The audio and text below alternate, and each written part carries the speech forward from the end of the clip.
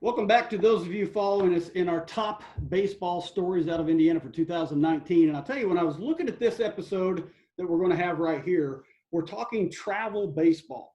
Now, this is a unique episode that we're going to have because if you look at some of the other sessions, you looked at Little League, there's a set number of teams. They have a Indiana state championship, so it's a common ground that we all are familiar with. You look at high school, it's the same way. You look at college, you look at the pros.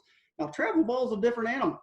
So in looking online, I'm looking and I'm like, who we're going to talk about with travel baseball, or who we're going to talk to when we talk travel baseball in the top stories in baseball in Indiana, because there's no central tournament. There's so many teams. Just a quick search. My last count was, I think, over 115 travel ball baseball teams in Indiana.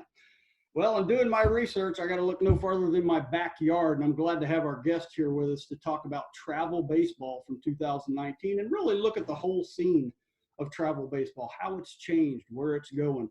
I'm talking right now, our guest is Bill Sampen. He runs Samp's Hack and Shack here in Brownsburg, Indiana, my hometown, and he's got a little bit of baseball experience. And, Coach Sampen here, I just really wanted an excuse to wear my Expos hats. Really, all this is about in front of people. Of course, I'm kidding. Bill Sampen, of course, played for the Montreal Expos, and if you see me traveling the state, you know I love my Expos. So, Coach, I appreciate you joining us today as we're talking travel baseball in Indiana. So, I'll tell you, let's start with that. You know, you played for the Expos, looking at the current travel ball scene. And looking how you got to your major league career, let's back up before we talk about current travel ball in Indiana, and let's talk about your background. Let's talk about how you got to the major leagues, some of the leagues you played in. Tell us where you're from, and that environment that you played in growing up is going to be a little bit different than a lot of the guys growing up with today. So let's look at your background, how you got to the big leagues.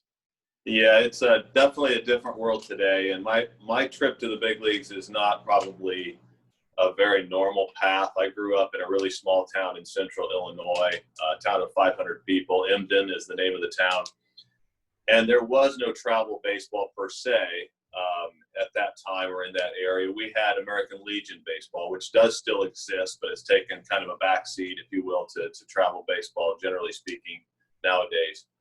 But American Legion baseball was the only option that I'm aware of at that time, and that was essentially in our area probably 5 or 6 high school districts that fed into the American Legion team.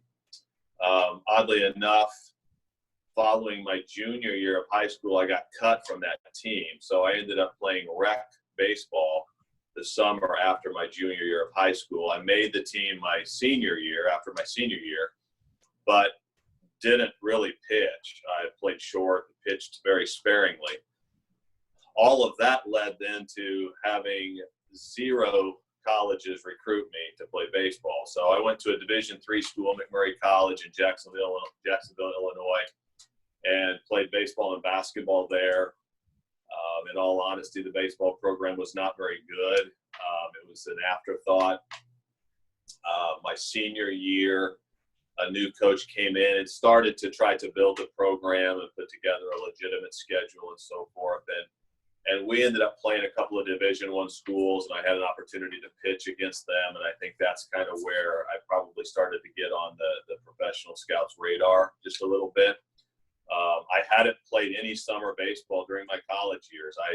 I would call the Central Illinois Collegiate League. I'd call coaches from that league and try to get a tryout. I couldn't even get a tryout. So I played slow pitch softball in the summers during my college career, all the way up to the time I signed my first professional contract. So the opportunities that kids have today are significantly different than the way things were set up back in my day, for sure.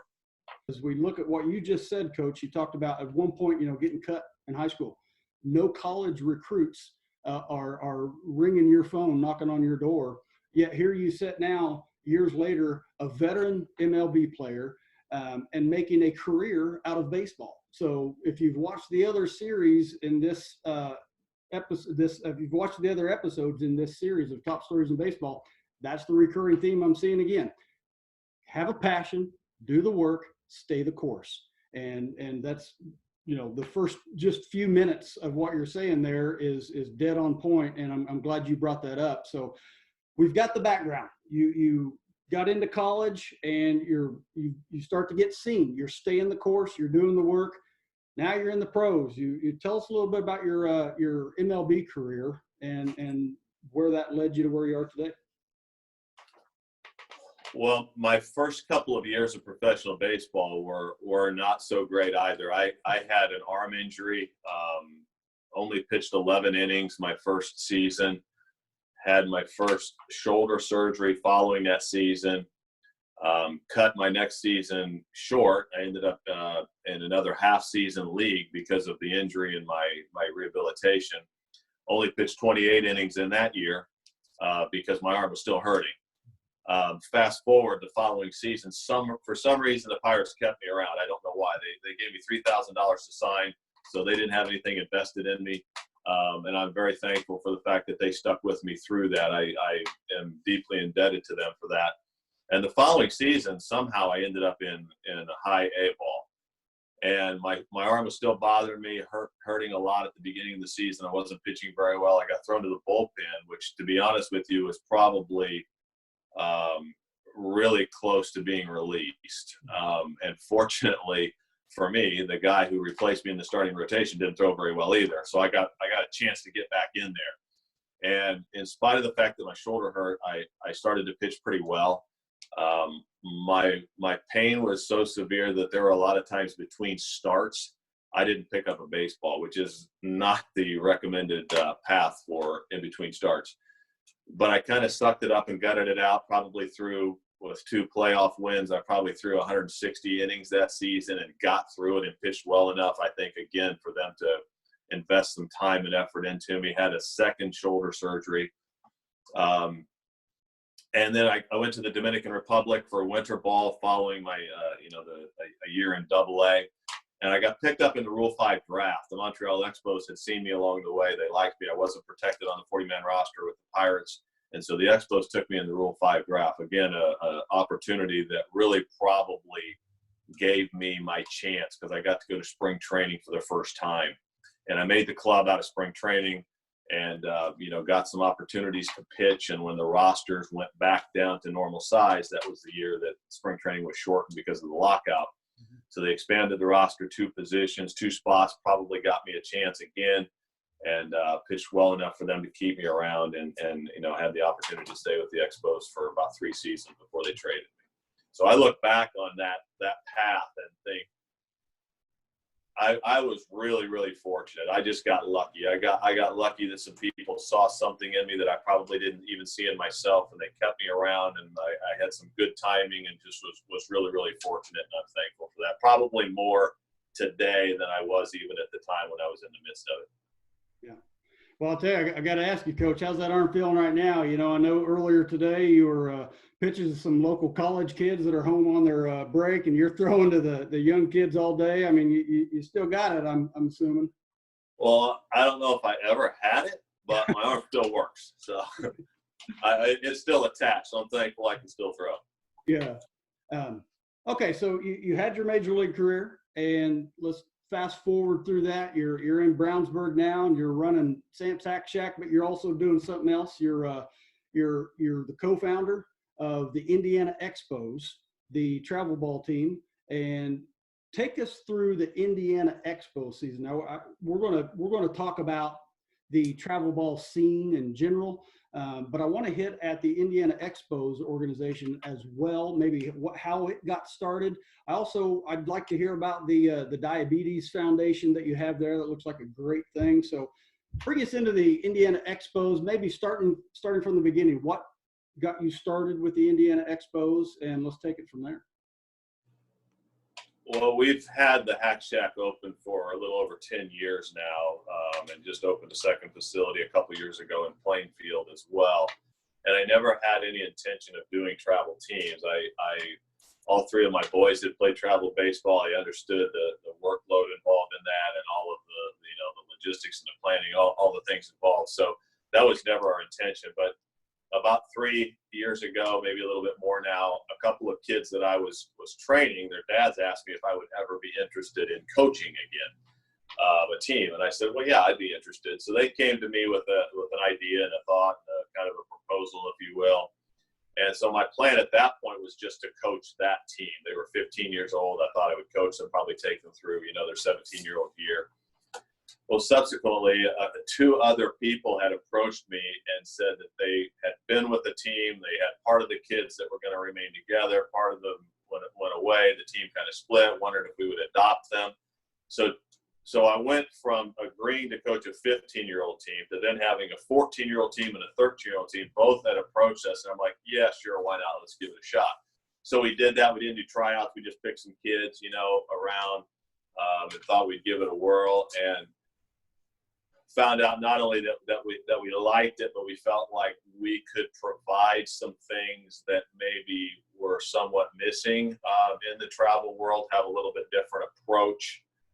Really try to assist people and educate people in terms of the recruiting process and the odds of playing in college, and help them assess their abilities, help them develop as players, help them develop as people. And so we went from, having no teams, never having an intention to have a team, to, 5 teams, to now we have 8 teams, and that's probably going to continue to grow. So we've gone in, we're neck deep in it. We love it. We've had our first class is now seniors, and we just had our 16th college commit out of that group. So we're pretty excited about it, and just the opportunity to help kids and their families along the way. Well, I like, one of the reasons I was excited to be able to rope off your busy time in this was, like you mentioned there, it is more than just, well, let's put it this way. We both know that their life, sort of the evolution of travel ball, generally speaking, has changed over the years. I think early on it started out as a really small group of teams picking up elite players from from all around. Now it's travel ball teams. Really, all towns across the state have a travel ball team. Like I said earlier, over 115, I think, at the last count that I saw.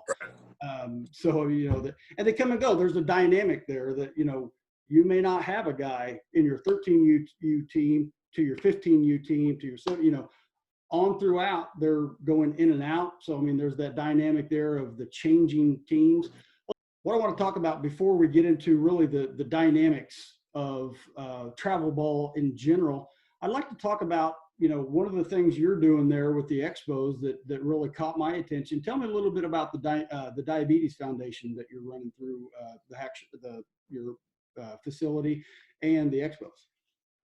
Well, our 2 oldest sons are type 1 diabetics. Both were diagnosed when they were young. Sam when he was about 5, and Isaac when he was about 12 or 13. And so we saw, obviously, the impact that had on them physically, emotionally, and every aspect of their life, the challenges that provided for them that really no one can understand. Even we as parents don't understand it fully because we don't experience it personally, but we've witnessed it.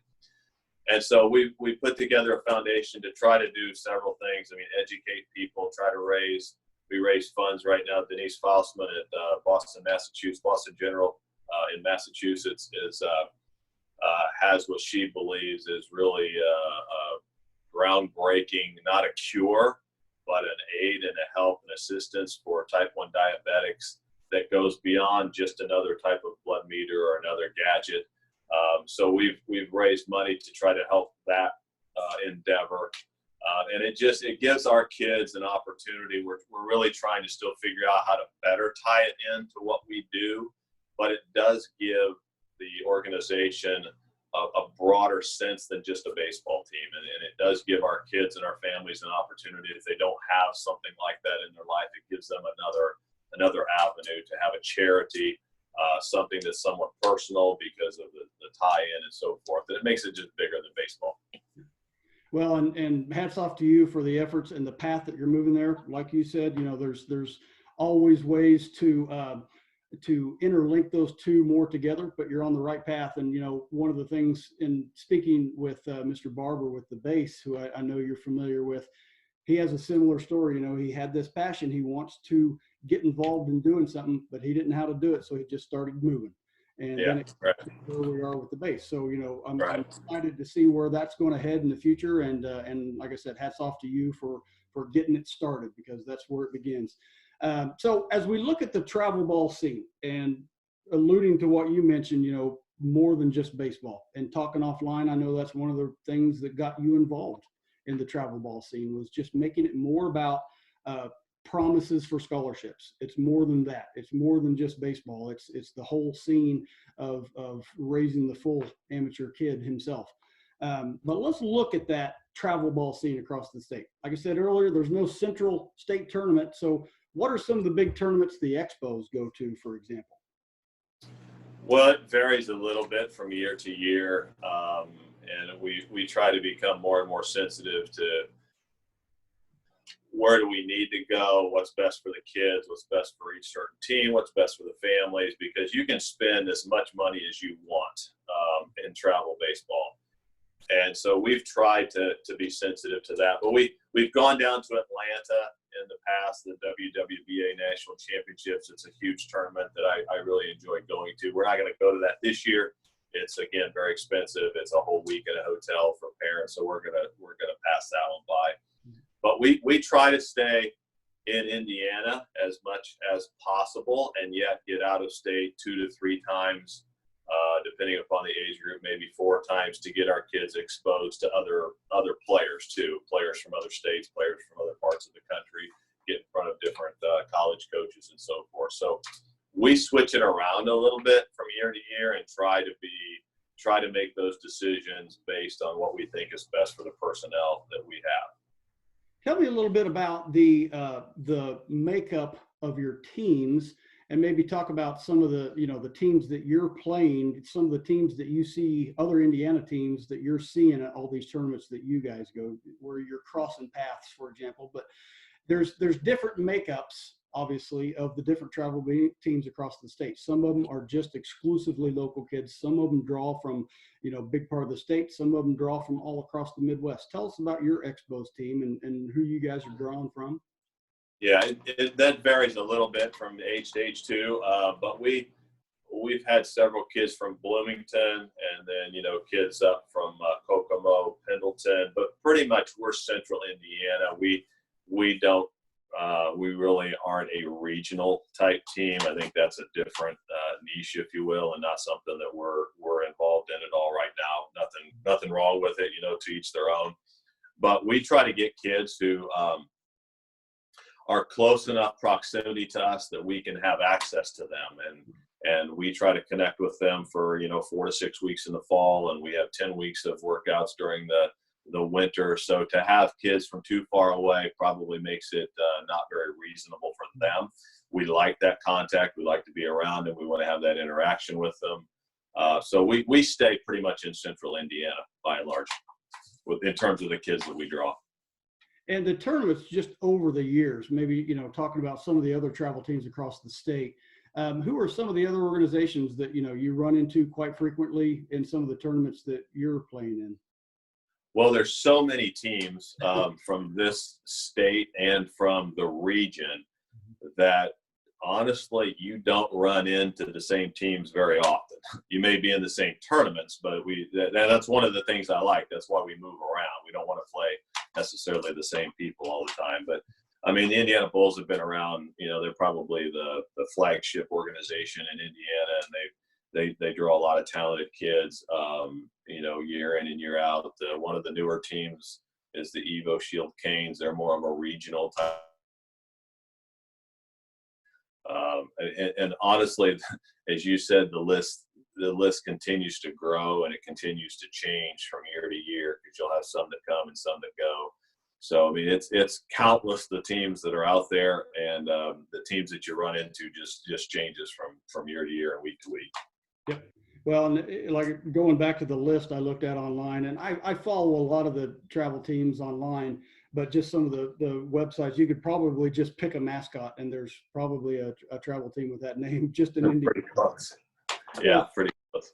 And as we look at the travel ball scene, maybe the evolution of travel ball in general, I think as you look at it early on, and first of all, I'll say that there is sometimes a almost political people, their opinions, the polarity of opinions on travel ball. You know, some people are just adamantly against it. Some people are saying that you can't live without it.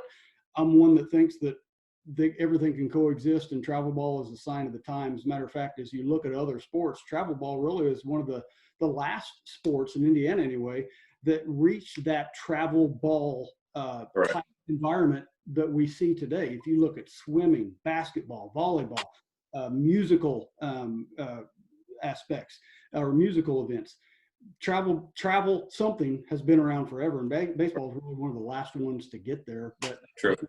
It leads to that type of polarity and opinion that I think is similar to, if you look at basketball, there's some of the old schoolers that say, hey, one class is the only way that Indiana should ever be. And the other people are saying, no way, it's got to be even more classes. I think the only thing that relates to that in baseball is travel ball versus, you know, the local leagues.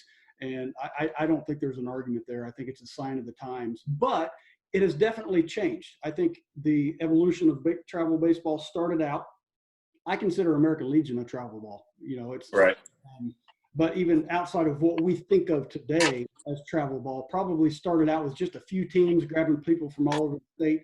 Now it's where we're at with, you know, all kinds of teams. It's anything goes. There's local exclusive, everything up to, you know, Midwestern United States poll.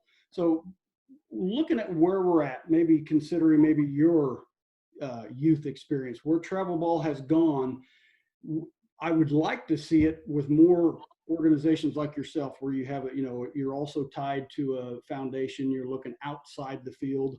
And I think, and you tell me if I'm wrong, I think early on, a lot of it was that, hey, come with our travel ball team, we'll get you a Division I scholarship.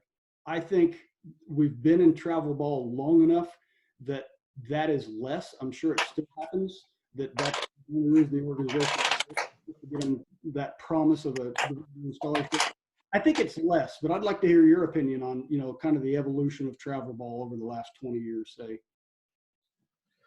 Well, yeah, it has changed a lot, and I think it continues to change and morph. And you're right. To some people, travel ball is the devil, and it destroys every kid that ever plays it. And to some, it's the end all be all. And I think there's middle ground there. We don't start our teams until 13. We try to be respectful of and encourage people to stay in their local leagues until, you know, older ages. Having said that, I believe that every family has to assess their own situation, and you know, people leave local leagues for a number of reasons, and that's a personal matter. I don't think it's a right or wrong. I mean, like I said, we encourage people to stay in their local leagues. I think that's a good thing. But I've even, you know, spoken with people in local organizations, the leadership, and say, if a family believes it's best for their child, then they have every right to do that. And they're either going to figure out it was best or it wasn't. But either way, that's their decision. I don't think there needs to be an animosity about it. And some of the local leagues, you know, some of them around here try to marry the two. They have a kind of a travel league within their local organization to try to bridge that gap and encourage people to stay. Because a lot of times, you know how it is, the more competitive kids feel like they want a little bit more. They want to be pushed, and they want a little bit of more competition than perhaps the local rec league can provide. So to their credit, local leagues now are trying to help bridge that gap and put them into some more competitive situations where they can do the local, but they can also go to some of the tournaments and play that kind of competition. So I think that's a good step. I mean, is it ideal or is it perfect? Of course not. But I think it does at least give those more competitive kids an opportunity to stay if they want to. Yep. Well, and I think that what you said there, it's a family choice. I think Right. that by itself puts the debate to bed. I think Yes. it's a individual and family choice, and we're seeing different hybrids that work different ways in different communities. And Right. I'm for every type that works for the community and that works for the family. And as we kind of wrap things up and thinking about travel ball, I'm an old schooler. I never got a chance to play travel ball, but I guarantee I would have if it was around. Looking across Indiana, of course, you got Grand Park. They're hosting tournaments. What are some of the other big facilities that in Indiana that are drawing tournaments also that are drawing teams from outside? What's bringing people to Indiana? What are some of the travel ball tournaments that are bringing teams outside of Indiana into our great state?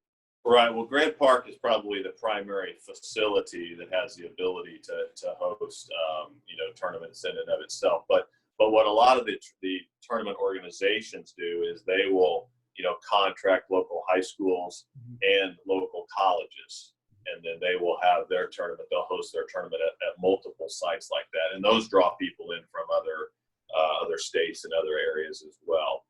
Grant Park is the one centralized, because they have a number of fields, and they'll still farm some of it out to high schools. But Butler and Wabash and DePaul and IU and Purdue and all of those schools typically are involved in hosting a portion of a tournament, and that's attractive to people. They get to play on college fields, and it draws people in from all over the place too. Absolutely. I was traveling the state this summer, finishing up the Indiana colleges baseball hat collection. And, I foolishly said, hey, if I do it over the summer, the college coaches won't be as busy. No, that wasn't true. But yeah, every field I went to, Butler, Wabash, Purdue, every single one of them, there was a travel ball tournament going on. Yeah. Big tournaments. And I'll tell you, that's great. I think it's, Indiana's a basketball state. Yeah, we're a basketball state, but with the scene that's available now, the travel ball scene is really, I think, drawing a lot of people to Indiana for baseball. And we are a baseball rich state. And yeah, of course, I don't think we'll ever be able to compete with the southern states as far as hosting the big tournaments year round, because those are vacation hotspots. But right. It's good to see, the colleges are really getting involved as far as offering their fields. The high schools, we've got Grand Park. We've got great facilities going up every day all over the state. So it's a good scene to watch. As I think about it, everybody says, hat guy, what's your next collection? What are you going to do? So, I'm thinking American Legion, things like that. And I thought about travel ball, and yes, if you're a travel ball team, I want your hat. But boy, I don't think I'll we can hook you up. Collection with new schools or new teams popping up every day. But Coach, as we wrap things up, like I said, I am Hardy the hat guy, so I got a challenge here for you. Now, I know you know your baseball. In all of these interviews, I've been trying to do some kind of hat challenge where I'm trying to see how well the coaches know the hats. And I've got a special one for you because, of course, you played for the Montreal Expos, one of my favorite hats of all time. As I said earlier, I think I gave away about 8 to 10 of these last year. So I've got a special hat challenge for you, and that is teams that no longer exist, like our Expos, teams that no longer exist. So I've got 5 hats I'm going to try to trick you with here. All right.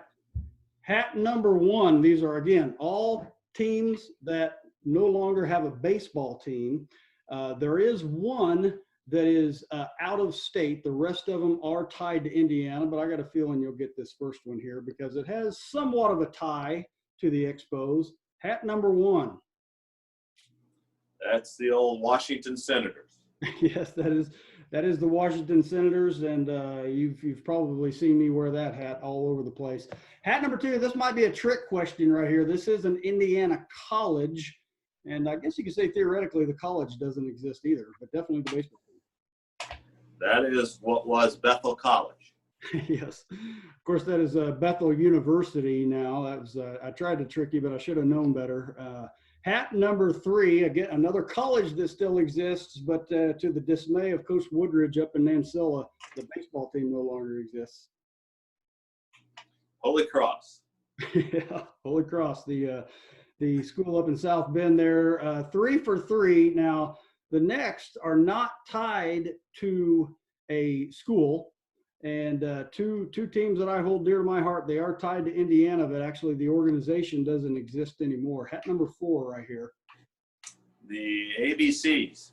Yeah, you can make that out. I knew I was talking to another baseball fan. One of my prize hats right there. That's from the Indianapolis ABCs from the old Negro Leagues that played here in Indianapolis. The last hat on a going off that last one. That is another Negro League team, the Indianapolis Clowns. That is the Indianapolis Clowns. I knew I should have known better than to try to trick you there, Coach. But I really appreciate you jumping in here with us. You know, I know you got a busy schedule there at your facility and with the Expos. I love what you're doing with the foundation, and I think it's a sign that, like we said, you know, travel ball is not evil. Travel ball is not everything. It is what it is. It's a sign of the times. And with what you're doing there, you're moving it in the right direction. You still have ties to the local community. So it's programs like yours, and I know there's others throughout the state that are doing the same thing. So hats off to all of you. Appreciate your time here in our top stories in baseball for 2019. I'm with Bill Sampen, former Montreal Expos, current director of the Indiana Expos, and Samp here in Brownsburg. Thanks, Coach.